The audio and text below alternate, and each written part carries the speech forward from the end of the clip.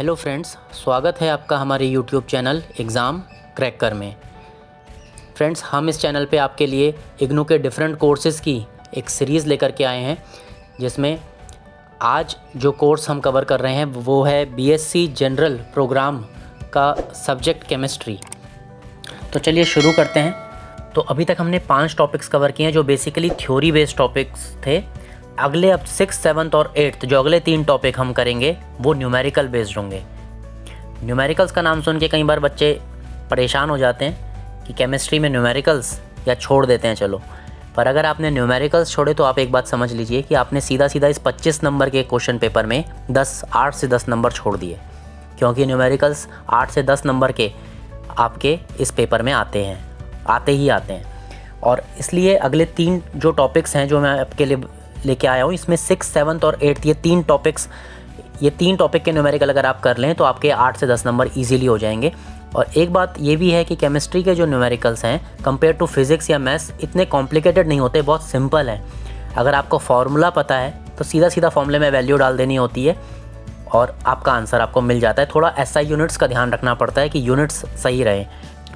अगला जो important topic है, 7वां इम्पोर्टेंट टॉपिक, वो है Bohr atomic model and Bohr radius numericals. Bohr radius पे हर साल न्यूमेरिकल आता है। बहुत इंपॉर्टेंट टॉपिक है ये भी। 3 से 5 नंबर का ये टॉपिक है आपके लिए। तो बोहर रेडियस का आपको फॉर्मूला पता होगा। Radius R = 0.529 × n²/z। जो बोहर रेडियस होता है एटॉमिक, मतलब वो हाइड्रोजन लाइक स्पीशीज़ के लिए जो बोहर रेडियस होता है उसका फॉर्मूला डायरेक्टली प्रोपोर्शनल होता है उसका रेडियस n² से, और इन्वर्सली प्रोपोर्शनल होता है z यानी एटॉमिक नंबर से। n होता है quantum number, principal quantum number of shells जो हैं। तो ये फॉर्मूला आप ज़रूर याद रखिएगा। और इस पर सीधा क्वेश्चन है। Rn = 0.529 यानी रेडियस ऑफ हाइड्रोजन का है 0.529 × n²/z, और ये मैं एंगस्ट्रॉम में बता रहा हूँ। और पिकोमीटर्स में करेंगे तो 52.9 यानी 53 × n²/z, ये आपका पिकोमीटर्स में फॉर्मूला हो जाएगा। n² न्यूमरेटर में और z डिनोमिनेटर में है, ये ज़रूर ध्यान रखिएगा। देखते हैं इसके क्वेश्चंस। अब सीधा इसके क्वेश्चंस पे आते हैं। जून 2020 में ये टॉपिक आया था, question number 5B part. Calculate the radius of second orbit of lithium atom if radius of first Bohr orbit of hydrogen is 53 picometres. 53 देखिए पिकोमीटर में दिया है, वही जैसा आपको अभी फॉर्मूला बताया। तो 53 × n²/z, लिथियम के लिए n की वैल्यू, नंबर ऑफ शेल आपको n की वैल्यू इसके लिए हो जाएगी। एटॉमिक नंबर z का होता है 3, और लिथियम के लिए n की वैल्यू कितनी हो जाएगी? n की वैल्यू 2 हो जाएगी, क्योंकि इसमें टोटल एटॉमिक नंबर 3 है। तो फर्स्ट शेल में आएंगे टोटल 2 शेल्स होंगे, फर्स्ट में 2 इलेक्ट्रॉन, सेकंड में फर्स्ट इलेक्ट्रॉन।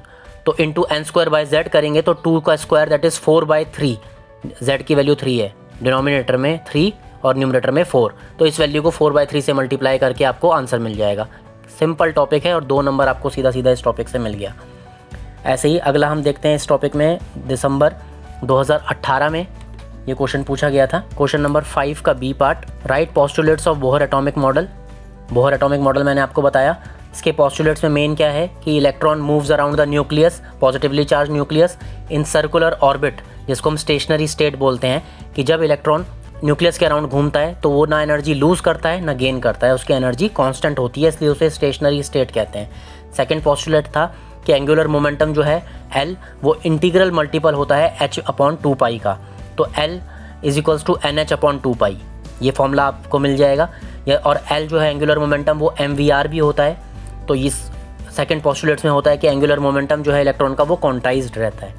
और तीसरा पोस्टुलेट आपको पता है, इलेक्ट्रॉन अगर लोअर से हायर एनर्जी स्टेट में जंप करता है तो वो एनर्जी एब्जॉर्ब करता है, और अगर वो हायर एनर्जी स्टेट से लोअर एनर्जी स्टेट में आता है तो वो एनर्जी लूज़ करता है। और वही जो एनर्जी लूज़ करता है या गेन करता है वो hν फ्रीक्वेंसी जो फोटोन एमिट होता है उसके इक्विवेलेंट होती है।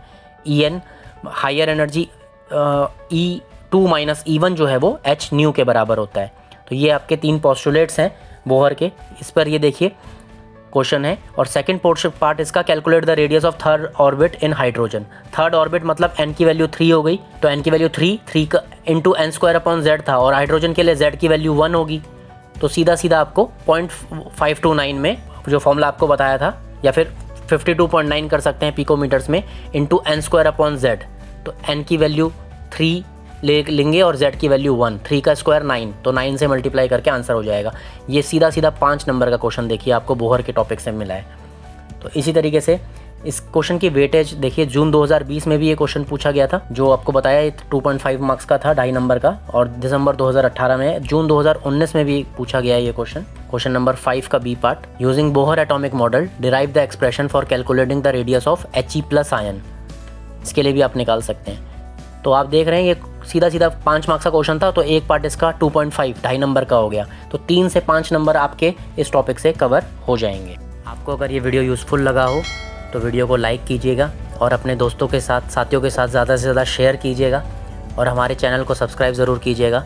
इससे हमें मोटिवेशन मिलती है आपके लिए और अच्छी एजुकेशनल वीडियोस बनाने की। अगर आप चाहते हैं कि इनमें से किसी भी टॉपिक पे या इनके अलावा किसी और केमिस्ट्री के किसी भी कॉन्सेप्ट पे, किसी भी टॉपिक पे एक डिटेल्ड वीडियो आप चाहते हैं तो ज़रूर हमें कमेंट्स करके बताइएगा, उस पर हम ज़रूर कोशिश करेंगे एक वीडियो आपके लिए बनाने की। Thank you for watching this channel. Thank you.